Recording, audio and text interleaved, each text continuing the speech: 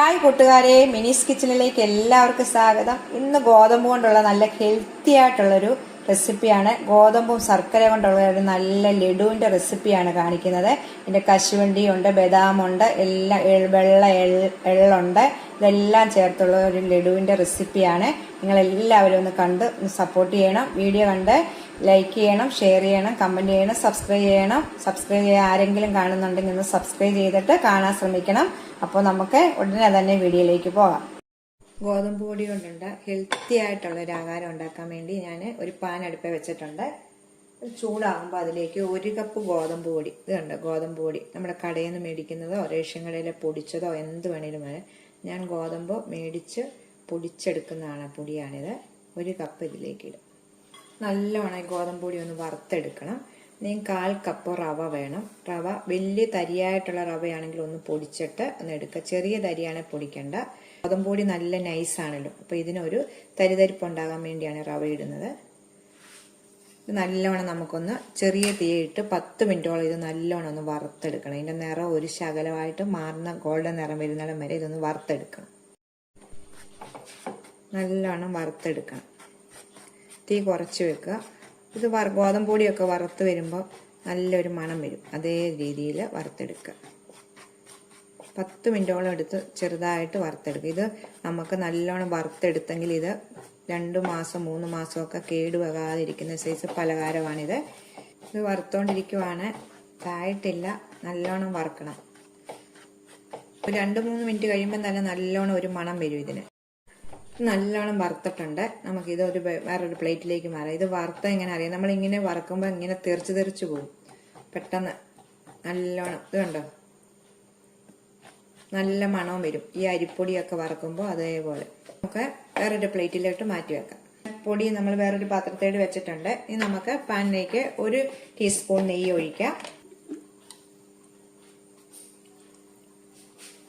ഇത് 1/2 കപ്പ്, ഇത് 1/4 cup കശുവണ്ടിയും 1/4 cup കടലയുമാണ്, കപ്പലണ്ടിയുമാണ്. ഇത് രണ്ടും കൂടെ 1/2 കപ്പുള്ളൊരു എടുക്കുക. ഇല്ലെങ്കിൽ കടല മാത്രം ഉണ്ടെങ്കിൽ ഏതേലും ഒരെണ്ണം എടുക്കുക.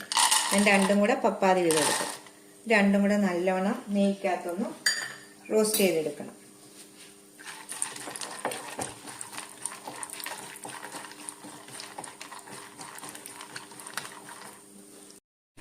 ഇത് റോസ്റ്റായി വരുന്നുണ്ട്. നമുക്കിത് വേറൊരു പാത്രത്തിലേക്ക് മാറ്റി വെക്കാം. ഈ കപ്പലണ്ടിയും കശുവണ്ടിയും ഉള്ളത് വറുത്ത് കോരിയിട്ടുണ്ട്. ഈ നെയ്യിലേക്ക് തന്നെ 1/2 കപ്പ് ബദാം ഇടണം. ഇതെല്ലാം കൂടെ ചേരുന്ന ഒരു ഇതാണ്, അത് ഹെൽത്തി ആയിട്ടുള്ളതാണ്. ഇതൊന്നും ഇല്ലെങ്കിലും കുഴപ്പമില്ല. ഗോതമ്പ് പൊടിയും ശർക്കരയും തേങ്ങയും ഒക്കെ മതി. കശുവണ്ടിയൊക്കെ ഇട്ടാൽ നല്ലൊരു ടേസ്റ്റ് കിട്ടും. ബദാമും ഒന്ന് വറുത്തെടുത്തിട്ടുണ്ട്. നമുക്ക് ഇതും ആ കശുവണ്ടിക്കകത്തോട്ട് ഇട്ട് മാറ്റുക. എന്നിട്ട് ഇതെല്ലാം കൂടെ പൊടിച്ചെടുക്കേണ്ടതാണ്. നമുക്ക് ഈ പ്ലേറ്റിലേക്ക് മാറ്റാം. ഇനി ആ പാനിൻ്റെ നെയ്യെല്ലാം ഞാൻ തൂത്ത് കളഞ്ഞിട്ടുണ്ട്. ഇതിനകത്ത് ഇപ്പോൾ നെയ്യൊന്നുമില്ല. ഇതിലേക്ക് 1/2 കപ്പ് തേങ്ങ ഇടാം. തേങ്ങയുടെ വെള്ളം നല്ലോണം ഒന്ന് പറ്റിക്കുന്നിടം വരെ ഒന്ന് വറുത്തെടുക്കാം. ഇത് നമ്മൾ ശരിക്കും 1 മാസം 2 മാസമൊക്കെ ഇരിക്കത്തക്ക വിധത്തിലാണ് ഇത് ഉണ്ടാക്കുന്നത്. അതുകൊണ്ടാണ് ഇതെല്ലാം ഇങ്ങനെ എല്ലാം വറുത്തൊക്കെ എടുക്കുന്നത്. അങ്ങനെ ആകുമ്പോൾ നമുക്ക് എത്ര നാൾ വേണേലും ഇരുന്നോളൂ. ഇതൊക്കെ നമുക്ക് പിള്ളേർക്കൊക്കെ ഇങ്ങനെ കൊടുത്തുവിടാം. പഠിക്കാൻ പോകുന്ന പിള്ളേർക്ക് കൊടുത്തുവിടാം, ജോലിയുള്ള പിള്ളേർക്കൊക്കെ കൊടുത്തുവിടാം. ഗോതമ്പ് പൊടിയും കശുവണ്ടിയും ഇതെല്ലാം കൂടെ ചേർന്നൊരു ശർക്കരയാണ് ഇതിൻ്റെ പ്രധാനം. ശർക്കര എല്ലാം ചേർന്നൊരു ലഡു പോലെ, ഗോതമ്പ് പൊടിയും ലഡു പോലെ ഉണ്ടാക്കുന്ന സാധനമാണിത്. ഹെൽത്തിയാണിത്, നല്ല ടേസ്റ്റിയാണ്. കശുവണ്ടിയും ബദാമും ഒന്നും ഇല്ലെങ്കിലും കുഴപ്പമില്ല. തേങ്ങയും ശർക്കരയും ഗോതമ്പ് പൊടിയാണെങ്കിലും മതി. പക്ഷെ അതെല്ലാം ഇട്ട് അതിൻ്റെയൊക്കെ ഗുണങ്ങൾ കിട്ടും. തേങ്ങയുടെ വെള്ളമെല്ലാം വറ്റി നല്ല ഇതായിട്ടുണ്ട്. ഒത്തിരി ഒന്നും നമ്മൾ മൂപ്പിക്കൊന്നും വേണ്ട. ഇത് നമുക്ക് പ്ലേറ്റിലേക്ക് മാറ്റാം.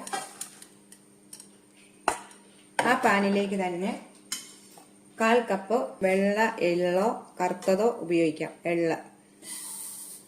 ഞാനിപ്പം വെള്ളയാണ് ഉപയോഗിക്കുന്നത്. കറുത്താണതിലും മതി. ഒന്ന് വറുത്തെടുക്കാം. ഇതിപ്പം വെള്ള എള്ള് ഇവിടെ ഒരാവശ്യത്തിന് മേടിച്ചത് ഇവിടെ ഇരിപ്പുള്ളത് കൊണ്ട് വെള്ള ഏതാണേലും കുഴപ്പമില്ല. ഇതൊന്ന് ചൂടാക്കിയെടുക്കാം. ചൂടായിട്ടുണ്ട്. ഇത് നമ്മുടെ ആ തേങ്ങയ്ക്കകത്തോട്ട് മാറ്റാം.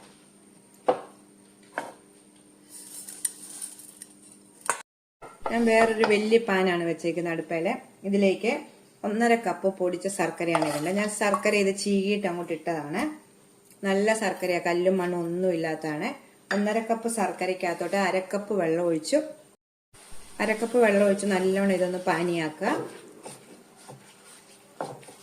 നമുക്കൊന്ന് പൊടിച്ചോണ്ട് വരാമെന്ന്. തരിതരിയായിട്ട് പൊടിക്കണം, തീരെ നൈസായിട്ട് പൊടിക്കല്ല, ഇച്ചിരി തരിതരിയായിട്ട് പൊടിച്ചോണ്ട് വരാം. ശർക്കരയെല്ലാം പാനിയായിട്ടുണ്ട്. നമുക്കിതിലേക്ക് 1 ടീസ്പൂണ് നെയ്യ് ഒഴിക്കാം. ഇത് അരിക്കണ്ടാത്ത നല്ല ശർക്കര ആയതുകൊണ്ടാണ് ഞാൻ അരിക്കാത്തത്. നിങ്ങൾ കല്ലും ഇതൊക്കെ ഉള്ള ശർക്കരയാണെങ്കിൽ അരിച്ചിട്ട് വേണം ഇതിനകത്തോട്ട് നെയ്യ് ഒഴിക്കാനായിട്ട്.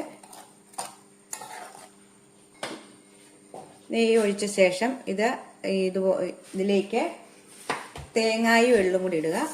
തേങ്ങായും എള്ളും വറുത്ത് വെച്ചേക്കുന്ന തേങ്ങായും എള്ളും ഇതിലേക്ക് ഇട്ടു നല്ലോണം ഒന്ന് ഇളക്കാം.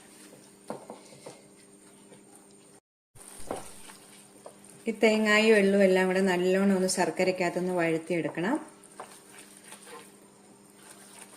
ഇപ്പൊ നല്ലോണം വഴന്ന് വന്നിട്ടുണ്ട് ഇട്ടിട്ട്. ഇനി ഇതിലേക്ക് വറുത്ത് വെച്ചേക്കുന്ന ഗോതമ്പിന്റെ റവയുടെയും കൂട്ട് നമുക്ക് ഇതിലേക്ക് കുറച്ചിട്ട് നമുക്ക് നല്ലോണം ഒന്ന് മിക്സ് ചെയ്യാം.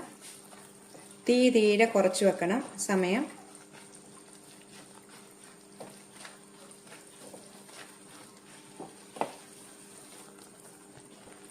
രണ്ട് പ്രാവശ്യമായിട്ട് പൊടിയിട്ട് എന്നിട്ട് നല്ലോണം ഒന്ന് ഈ സമയം തീരെ കുറച്ച് വെക്കാൻ ശ്രദ്ധിക്കുക.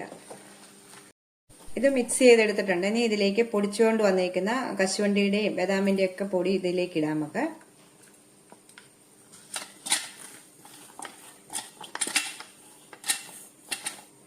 ഇതൊക്കെ ഇട്ടുണ്ടാക്കുമ്പോഴാണ് നല്ലൊരു ടേസ്റ്റ് കിട്ടും. എന്നിട്ട് നല്ലോണം നമുക്കിതൊന്ന് മിക്സ് ചെയ്യാം. ഇതിനകത്തോട്ട് 1/2 ടീസ്പൂണ് ഏലക്കാപ്പൊടിയും കൂടി ഇടാം. ഏലക്കായും പഞ്ചസാരയും കൂടി ഞാൻ പൊടിച്ചെടുത്തതാണ്. 1/2 ടീസ്പൂൺ ഏലക്കാപ്പൊടിയും കൂടി ഇടാം.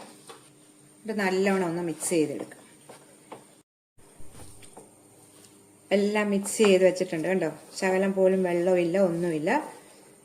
നല്ലോണം മിക്സ് ചെയ്ത് വെച്ചിട്ടുണ്ട്. നമുക്കിതിനെ ഒരു പാത്രത്തിലേക്ക് മാറ്റി വെക്കാം. എന്നിട്ട് ചെറിയ കൈ പിടിക്കാൻ പറ്റുന്ന ചൂട്, തീരെ തണുത്തു പോകല്ലേ, ചെറിയ ചൂടോടുകൂടി തന്നെ നമുക്കിത് ഉണ്ടയായിട്ട് പിടിക്കണം. വെളുത്തിരിക്കുന്നത് എള്ളാണ്. പിന്നെ കപ്പലണ്ടിയുടെ ഒക്കെ പൊടി ഇങ്ങനെ അധികം നമ്മൾ നൈസായിട്ട് പൊടിക്കാതാണല്ലോ ചേർത്തേക്കുന്നത്. കപ്പലണ്ടിയും അതിൻ്റെയൊക്കെയാണ്. ഇതെല്ലാം കൂടെ ചേർത്താൽ നല്ല ടേസ്റ്റാണ് കേട്ടോ.